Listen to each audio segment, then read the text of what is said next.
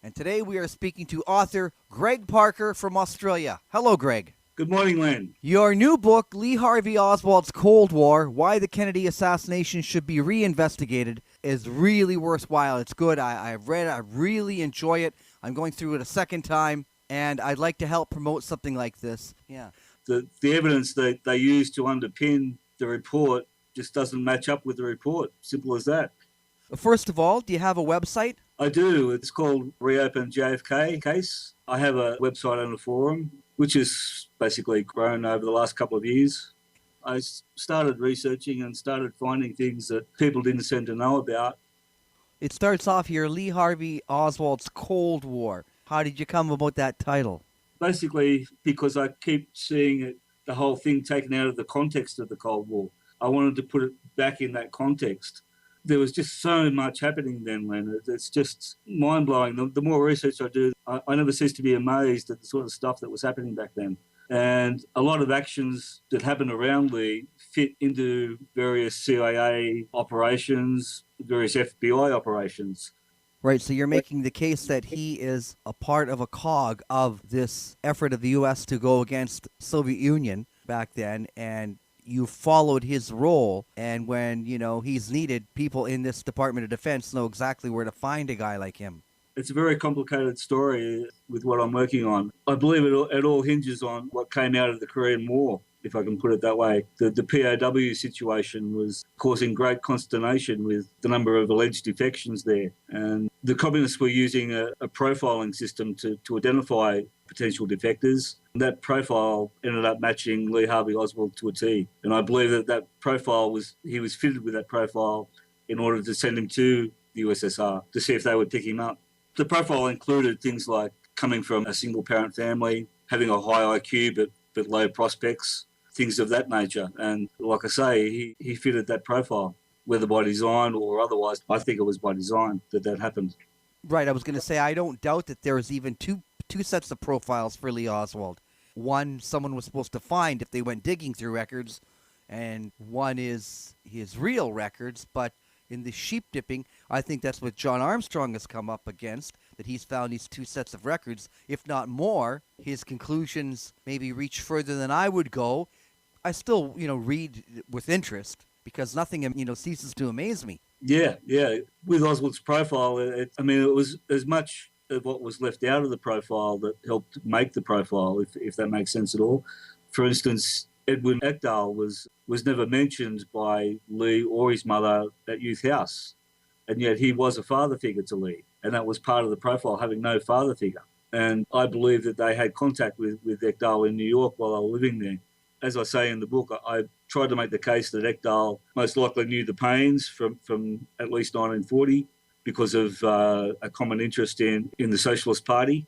There are a number of factors that lead me to believe that there are a whole network of people involved here. Ekdahl, Fred Korth, the Paynes. In the next volume, I'll be showing that Sylvia Hoke, Ruth Payne's sister, now it's common knowledge she was CIA, but actually we'll be showing what her job was within the CIA. I don't think that's ever been brought out before. No, I know, and some of these names are new to people new to the case, that they've got the Jack Ruby and the Lee Oswald and the Clay Shaw, Bannister. Some of these other names, you go a lot deeper into your research. Now, what really impressed me about your book was the fact that you started so far back before the crime. You started with this great story of United Fruit and Sullivan Cromwell and the Dulles brothers. You get that kind of ring of truth. And I was telling Jim DiEugenia, it reminded me of when I was reading Jim Douglas's book. It's just, this is how it happens. And it may be uncomfortable for some people. And are we being continually lied to by this multi-level media that just keeps parroting that Lee Oswald was the lone assassin and everyone go back to sleep? I'm gratified to know that cut through. And that's the feedback I've been getting, is that stuff has meaning for people and they get it, which is, I'm just really grateful that people are getting that.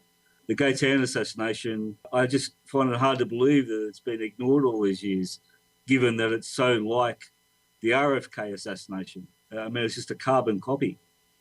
Keyword here is patsy. Yes. They don't think twice when they have to have someone removed. And I think people may have been surprised that if opposition to their way of doing things came from even President Kennedy, they would just say, listen, okay, that guy's got to go. Call in our team. And, of course, people have speculated on who that is, but that's almost immaterial.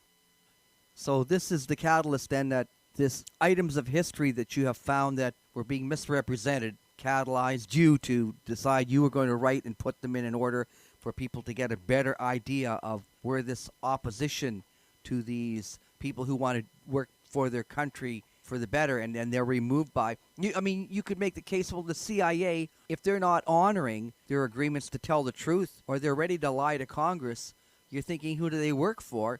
Then the next question has to be, well, I guess they don't work for the American people. They're working for some kind of corporate structure, which is stateless, just wherever the best tax haven is.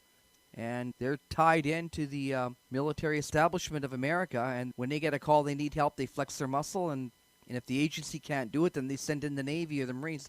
That was kind of written about by Smedley Butler.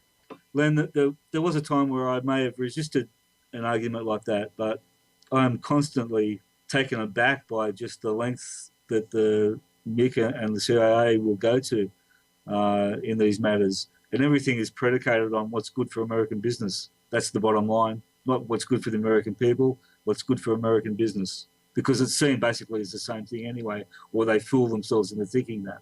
Now, your book covers South America enough, I think, to hold the interest of anyone interested in this topic of the agency. And like I said, these corporations like United Fruit and Allen Dulles and these guys. Let's talk a little bit about China and New Orleans. China, I went into China because Edwin Ekdahl had moved there, and he was there at an interesting time in history, at the same time as other people of interest to me, like John Dewey was also over there at the time. Dewey was a supporter of the Socialist Party. Ekdahl named his son after Dewey. Dewey Ekdahl was Edwin Ekdahl's son by his first marriage. Little things like that led me to believe that, okay, if he's a follower of Dewey and Dewey's a follower of the Socialist Party in America, then Edwin Ekdahl probably is too. And the more I looked into that, the more evidence I found for that. With the cooperative movements, Ekdahl and his sister were both into the cooperative movements, just as the Paynes were, just as the Socialist Party was. And he was actually living in New York at the same time as the Hyde clan were there. I don't know whether you're familiar with Ruth Payne's testimony, but she testified that her father had taken her as an 8-year-old to see Norman Thomas campaigns for the 1940 presidential elections. And as I say, by that time, Edwin Ekdahl was living in New York, probably a follower of Norman Thomas himself, and also into these cooperative movements, just as the Hyde clan were. I suspect that they probably knew each other. When you start looking to all these people's backgrounds and Collins Radio and all these kind of things, they're all interlinked. Yes, yeah, that's correct. Again, in the book I show that if you want to talk about linkages, the people that built and funded Youth House, where Oswald was incarcerated for a little while, that family had connections to the CIA, had connections to the Payne family, and none of that's been brought out in the past. This is all new information that's in the book, and it shows that there are these linkages. They are real. They all center, in this particular instance, at the center of it all is Marguerite and Lee Harvey Oswald as kids, as a young man. This kind of thing has gone on with other people as well, not just Lee Oswald in a defector program, but other people that were sent over there, at the same time, similar time. It's not by accident that they were grooming this kind of, we need to send over, because of the Cold War, phony defectors. And we've got to make sure that we've got these kind of people in the pipeline. Who are we going to send next year and the year after? Yeah. I can't remember his name off the top of my head, but the one that preceded Lee, I believe, was a Trojan horse for Lee. I believe he was used to allow Snyder, the consul over there, to use his discretion in how he handled potential defectors. Because what he did was refuse to take the renunciation, which basically he was legally obliged to do. And he used the excuse of the previous defector to do that with Lee. What that meant was that Lee never lost his US citizenship. It allowed him to come back, which allowed him to come home. If Snyder had done his job, he should have taken the renunciation there and then, and that would have been the end of the matter. There would have been no return for Lee Harvey Oswald. Yeah, exactly. It's strange how Lee gets back into America just so nonchalant, casually. I've decided to come back. Yeah, yeah, and as I pointed out in the book, that there was a precedent with Lee not saluting the flag at school. I mean, this was a period where there were several investigations happening of alleged communism within the school system in New York, and the whole system was being run on paranoia. Everyone was informing on everyone else. Yet here we had this kid who refuses to salute the flag in that situation, in that Cold War climate, in that very overheated climate of paranoia and everyone pointing fingers at everyone else. Not one question is asked about what sort of household Lee Harvey comes from that gives him the idea it's okay not to salute the flag. And then he goes over to the US, and again, he threatens to give radar secrets to the Soviets, and that's okay, no one cares. Neither of those situations make sense, Len. Neither of them. Yeah, and then, making sense when you're talking about Lee meeting someone in this phony defector program. He ends up marrying Marina so quickly, and then you find out she'd been dating Robert Webster earlier, someone else in the defector program. I mean, you think, what are the odds of that? So yeah, it's like just amazing how she got the two confused at one stage. So both intelligence agencies are trying to play with each other, and whoever's setting up Lee thinks, well, we got the perfect patsy here. We got the perfect pigeon, because if this goes right, we're going to blame Castro, and we're going to fly him back there. We'll be able to invade the island, and plus Soviet Union won't be able to do a thing about it because we'll say he was their guy. So they'll have to shut up, and we'll only play that card if we have to. Yeah. In that regard, he was the perfect choice for the role he played. And I think your kind of work, it exposes, this first book doesn't go into it like others have, but, the Chicago plot and how there were other guys in there in the pipeline that maybe figured out that they were being used. And I'm talking about maybe Richard K. Snagel, right? And other people saying, wait a minute, something's up here, where Lee may have just been thinking, well, I'm going to be working in intelligence now, so I'll just do what they tell me. And if I get arrested, I've been arrested before, and I guess I'll be interviewed. And so he was being groomed or sheep-dipped for whatever operation he thought he was going into next. But the thing is, we keep coming back to then, the Warren Commission is a complete fabrication of the facts. And if you are, as an interested citizen, want to know what are the actual facts of the history of some event, you're not going to find them with the McAdamses, and that you're going to take honest research to say, here's what we have discovered. And this, books like yours, this is what I'm interested in. The real history and the background when you bring in Sullivan Cromwell, United Fruit, the big money behind the Department of Defense, Bank of Boston. Who are these guys? And this is where you find the real roots of the crime, where in a businessman's meeting they say, this guy's got to go. And like you have brought out, well, it's been done before, and here's how they did it before. So it's not something brand new. What are we going to do? It's like, we know exactly what to do.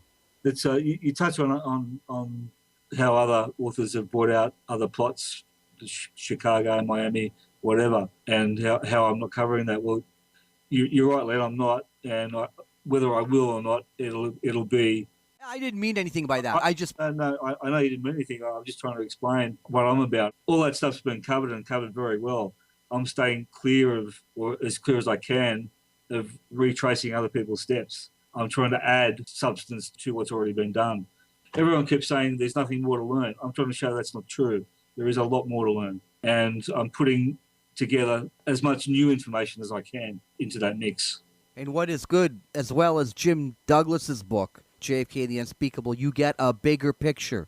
You get this far expanded view of not just what happened in Dallas, but the real antecedent, just the background to this kind of stuff. If big corporate, the one percenters, would send in the army to mow guys down with machine guns, they'd think nothing about shooting one guy. Exactly right, Len, yeah. Yeah, the big picture is important, and I'm trying to cover both, the micro and the macro.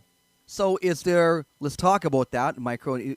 What was one big thing that you didn't know about before writing the book? What's just something that comes to mind that you say, well, in my investigation, I was really surprised about Okay. This won't come out until volume 3, and I don't know whether you're aware of this particular person, but there was a barber in Irving who testified. His name was Shastine, was his surname. He testified that Lee Harvey Oswald had attended for haircuts over a period of time, and he was with a youth of an age about 14 who at one stage started talking about communism, etc., etc. I have discovered who that person is, and I'll be revealing who that was, and he's a well-known figure. Okay, that's coming out in volume 3. Volume 3, yeah. I'll name the kid at the barber shop that caused so much concern to the barbers. Like I say, his name that will be familiar, not through the assassination, through other areas of his life. He's a well-known figure. He was just a kid at the time, at 14, 15. I believe he was playing a role. He was helping to paint Lee Harvey Oswald as a communist. Shastine was, by the way, was an FBI informant, and I believe he was chosen for that reason, that you go in and you say all this stuff there, and he's going to go to the FBI because he is an informant. So that helps paint Lee in the records as a communist in the lead up to the assassination. What's something else then that you can tell us about in volume 1 that you discovered? In volume 1, well, the stuff about Youth House is what. See, I decided to look into Youth House and do a history on it, and that's where I found out about the family that basically funded it and what their connections were. I mean, they owned several department stores, one of which employed the wife of George Hunter White. Another member of the same family started a publishing firm. He was the publisher of E. Howard Hunt. And another one had a holiday house at National Island where the Paynes also holidayed. And these are all people behind Youth House. Now, this is the kind of in-depth background that we haven't seen too much. And, John Armstrong is the only guy, I think, that wrote about some of these very early instances, scenarios in Lee Oswald's life. Yet, I think, due to people backing up your research, you seem to be correcting him and actually even clarifying more the real record, which is great. And your book is very affordable, where John's was like $100 or more if you could get it, right? Yeah, well, I understand he spent a lot of money in writing that book, so I don't begrudge him that. No, years, and he could only get it printed outside of America, and it was this limited run, and there they were. But, I mean, I did some interviews with them, and that's available. But like I'm saying, these kind of things, this isn't really for people brand new to the case. This is for kind of someone who knows who's who. Just to be talking about some of these topics is very in-depth. But, I mean, hats off to you, Yeah, thank you, Len. Yeah, I appreciate that. Thank you. Okay, well, I think we're kind of, I don't want to give away too much of the book, and yet I don't know what more to extract from you, about the reasons for writing and where the research is. Lee Harvey Oswald's Cold War. So this is definitely a product of the Cold War and big business and the changing of a government by gunfire. The more and more evidence leads to, it doesn't, we don't find more books coming out. We have found more evidence on Lee Oswald, and this explains it further. This is why he did it, his motives and all that, and this explains the timeline, how he got from here to there. No, nothing like that happens. Just the more research that's done exposes the failing of every one of these implausible scenarios that the Warren Commission tried to, pull the wool over your eyes kind of thing, where they said, well, we'll just print the report and people won't ever read it, and that'll be that. Those were Dulles' words, weren't they? He didn't think anyone would read it. So. And then the next flag would be, well, we're not going to make our research available for 75 years. I mean, I don't care what the topic was. I mean, if you say you've got to hide your findings for 75 years, the first thing you think is, what is so damning that you've got to hide them, that we won't be alive to complain about your actual fraud? Is there, so summing up on this volume 1, what would you like to leave listeners with? The basis of where it was heading was that Lee was, and I think this is one thing that Armstrong did get right, that Lee was identified in New York as a kid that they could use in the future, in whatever way, and it sort of goes from there. And I think I've gone some way to identifying the people around there that were doing that. George Hunter White, Edwin Ekdal, Fred Korth. Those are names that you're going to be hearing more of in future volumes. this is, like you're mentioning, part of the Cold War itself, Yeah. not a lone Marxist. Yeah, and I mean, the three volumes will come together nicely. I mean, if there appears to be any loose ends in the first volume, it will all start to make better and better sense as it goes on. By the third volume, there is one piece of information that will tie everything together neatly, and that is a key figure in the administration who was an LBJ man, was actually related to a key witness against Oswald. Now, that's never come out before. I've had two genealogists look into it and confirm my suspicions that they were related. Well, to seasoned researchers, this is all interesting information. So this is, something we're looking forward to. The first Volume 1, Lee Harvey Oswald's Cold War, Why the Kennedy Assassination Should Be Reinvestigated. Okay, Greg, thanks so much for spending time then. Lee Harvey Oswald's Cold War. I urge everyone to pick up a copy. It's very inexpensive, and it's on Kindle. We've got Volume 2 and Volume 3 to come. I'm sure we'll talk to you about that when they're ready.